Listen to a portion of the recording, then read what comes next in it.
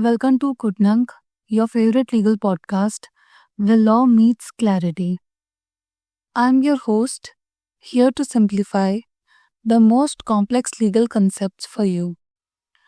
Today's topic is all about taxes, construction of taxing statute. Let's dive into the details. Taxes.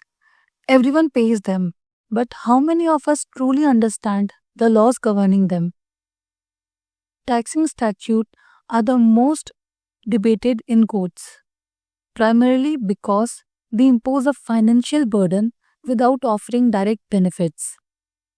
In this episode, we will explore what makes taxing statute unique, why courts prefer restrictive interpretation for tax laws, the principles and landmark judgments that define the area of law.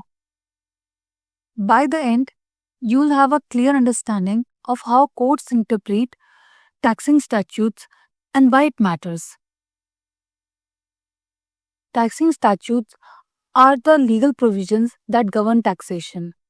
These laws specify who will pay tax, how much tax to pay, how taxes are assessed and collected. A cornerstone of taxing statute is Article 265 of the Indian Constitution, which states, "No tax shall be levied or collected except by authority of law." This means no government body can impose a tax unless there is a clear legal provision supporting it. Ambiguities or assumptions are not allowed. Why we need restrictive interpretation? Taxing statutes are always interpreted strictly. Courts avoid adding or assuming meaning in these laws. But why?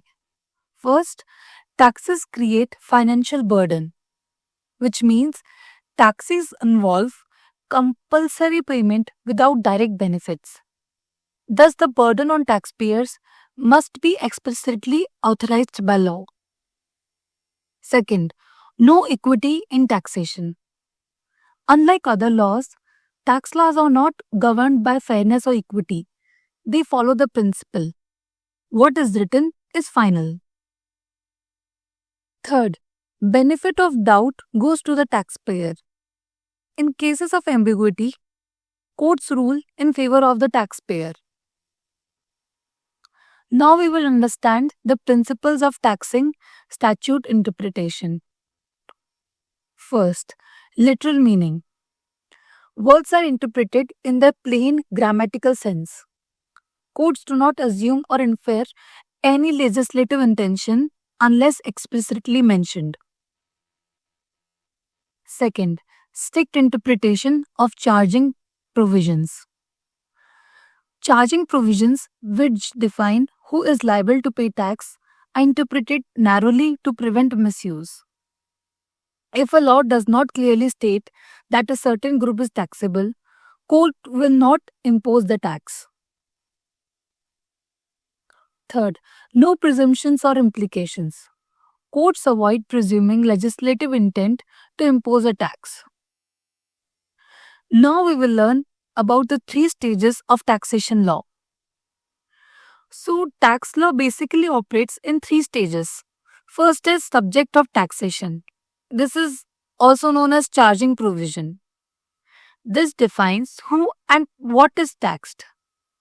There's a landmark judgment according to this, State of UP versus Coors India Limited. Issue was whether carbon paper falls under paper for taxation purpose. Court held that carbon paper is not included in the definition of paper as its purpose and manufacturing process are different. Second, assessment. It determines how much tax a person or entity owes. Assessment provisions are liberally interpreted to ensure effective implementation. Third, recovery. It defines the process for collecting taxes. These provisions ensure that taxes owed are paid efficiently. Now we will understand the doctrine of no equity in tax. In tax law, courts strictly adhere to the principle of no equity in taxation. This was famously articulated in K. Brandy Syndicate versus IRC, where Rowlatt Justice stated, in a taxing statute, one has to look merely at what is clearly said. There is no room for intent or equity. This means court interpret tax laws without considering fairness or assumptions.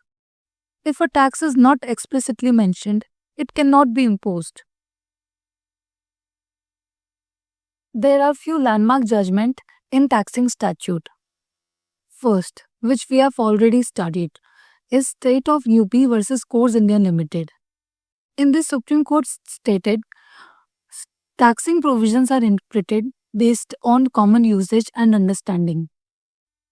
Second, Steel Authority of India Limited versus Commissioner of Central Excise.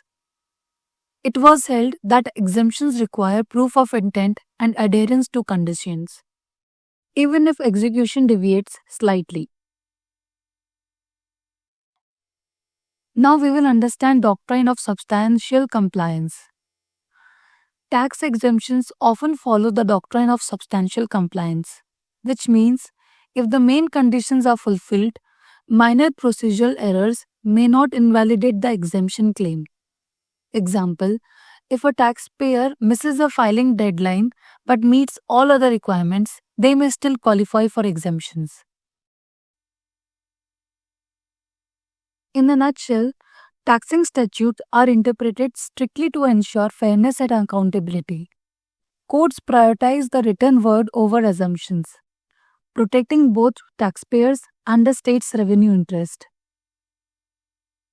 So, listeners, what's your take on this? Should taxation law allow more flexibility or a strict interpretation the way forward? Share your thoughts on me on Instagram at @dquidnunk. Thank you for tuning into Quidnunk. Join me next time as we'll unravel another fascinating legal topic. Until then, stay informed, stay curious, and keep listening to Quidnunk.